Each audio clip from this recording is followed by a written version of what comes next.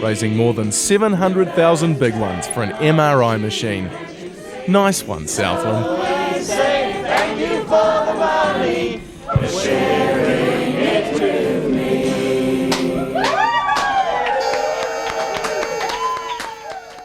Still to come, the shocking true story of Shrek the sheep, Noam Chomsky hits the Auckland airwaves, and John Campbell is bitten by the media dog.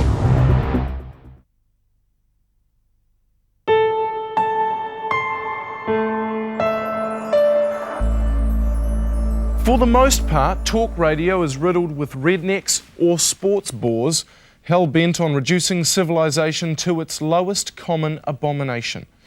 But for the good folk of Auckland's North Shore, a new radio station has popped up to redress the balance. It's the day after the Hikoi, and I'm driving across the Harbour Bridge listening to Leighton Smith on Newstalk ZB. And then, of course, when they see that famous, that world-renowned artist, Iti, blowing his brains out in front of the world yesterday, spitting and snotting, one can only come to the conclusion that any sense of civilization presented by Iti is a facade. The man is a pig, a savage, an animal. It's 11 to 9. But once you get over the bridge and head into Takapuna, you can say goodbye to Mr. Smith and tune into a radio station that is a little more informed. In fact, it's named after the leading intellectual of our times. Chomsky. Noam Chomsky. Chomsky is a philosopher for the modern age. He skewers the status quo and barbecues the remains. The government of any country, including ours, represents some sort of domestic power structure, and it's usually violent. States are violent to the extent that they're powerful. That's roughly accurate. You look at American history, it's nothing to write home about. You know, why are we here? We're here because, say, some 10 million Native Americans were wiped out. That's not very pretty. This is Aaron Scudder. He runs an IT company in Takapuna. He also runs Radio Chomsky, broadcasting wall-to-wall Chomsky, along with other leading dissenters. What we're looking at here is the playlist. It's a modest operation and just one of a growing number of small-powered stations popping up all around the country. But this one is different. It was inspired by an act of terror and the fallout that followed. After September the 11th, seeing the World Trade Center collapse, I realised that there was a lot to this and I should investigate further, and wanted to see how far the rabbit hole goes, and became interested in letting other people know about what I was finding. If they do it, it's terrorism. If we do it, it's counterterrorism. That's a historical universal. Go back to Nazi propaganda, say, most extreme mass murderers ever. If you look at Nazi propaganda, it's exactly what they said.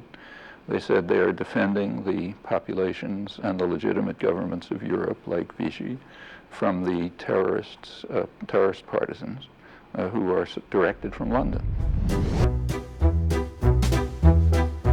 All it takes is a few $1,000s and a little know-how. You don't need a license, and if you stick to the rules, you can broadcast what you like. Here we have the transmitter. I conveniently put it in a box, but as you can see, it's not much to look at. Did you make that yourself? No, I paid someone else to solder that together, but you can buy it as a kit set.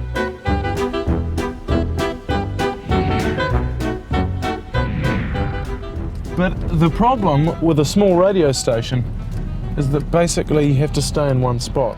The driving force of modern industrial civilization has been individual material gain. Now, it's long been understood very well that a society that is based on this principle will destroy itself in time.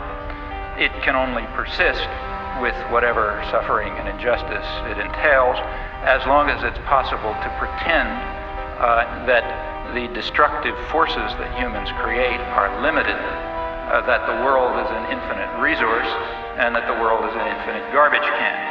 If we feel that there's information that people need to know, I think we should exercise our right. Radio Chomsky can be heard in 3 locations in Auckland, in Takapuna on 107 FM, Glenfield is 81.1, and it's now in Grey Lynn on 106.65. On tonight's episode of What do we do just before we take